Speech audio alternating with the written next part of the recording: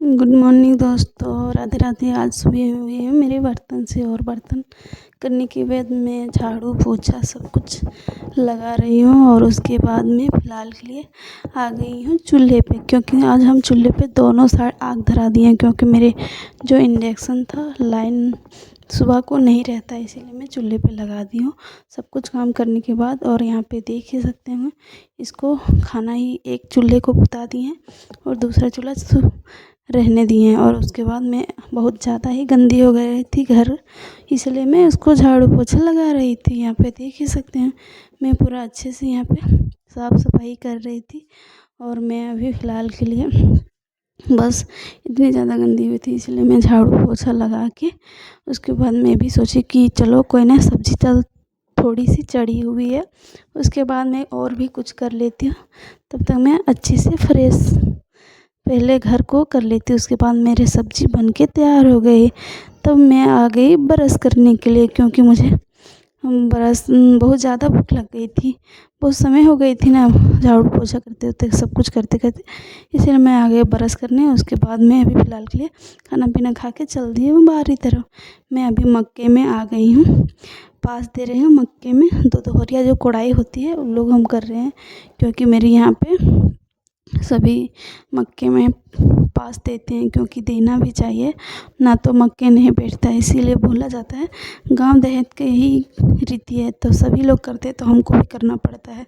क्योंकि सभी करते हैं तो करना ही पड़ता है। इसीलिए गांव में रहने के बाद ये वही होती है कि सब जो करता है वही करना पड़ेगा। इसलिए मैं अभी फ़िलहाल के लिए मैं मक्के में पास ही दे रही थी। और इधर देख ही सकते हैं, बहुत ज़्यादा ही घास थी, तो हल्का फुल्का इसको भी निकाल ही दे रहे थे। और अच्छे से मक्के को बस देख रहे थे कब तक बढ़ेगी, क्योंकि अभी हम लोग इतनी ज़्यादा काम पड़ रही थी यार, कि हर दिन एक दिन भी बैठे न रह सकते थे, क्योंकि इतनी ज़्यादा काम ही थी। फिर भी बोले कोई ना, करना तो पड़ेगा, क्योंकि खाना है हमको, तो काम कौन कर देगा। इसीलिए मैं भी सोची कोई ना, चल सभी हो जाती है। और मैं अभी अपनी गुड़िया को लेके चल दी हूँ घर।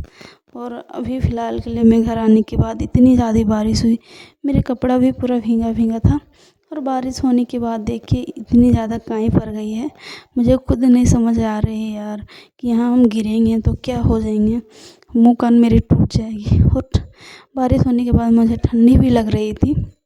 और बोली देखिए अभी तो बारिश के समय है, और देखिए इतनी ज़्यादा इधर बारी तरफ मक्के में पूरा पानी भर गई थी। और मेरे जो छोटा सा पटरू था उसको दूध उसका मम्मी को नहीं हो रही थी, इसीलिए मेरे उसको डब्बा का दूध पिलाया जा रहा था। और मेरी गुड़िया यहाँ पे इसको छीन रही थी, पीने नहीं दे रही थी। और मेरे ससुर जी यहाँ पे इसको पिला रहे थे दूध। तभी मैं आ गई रोटी पकाने के लिए, क्योंकि हमें आज चावल नहीं खानी थी, क्योंकि बारिश बहुत ज़्यादा हुई थी। इसीलिए मैं भी सोची चलो रोटी पका लेते।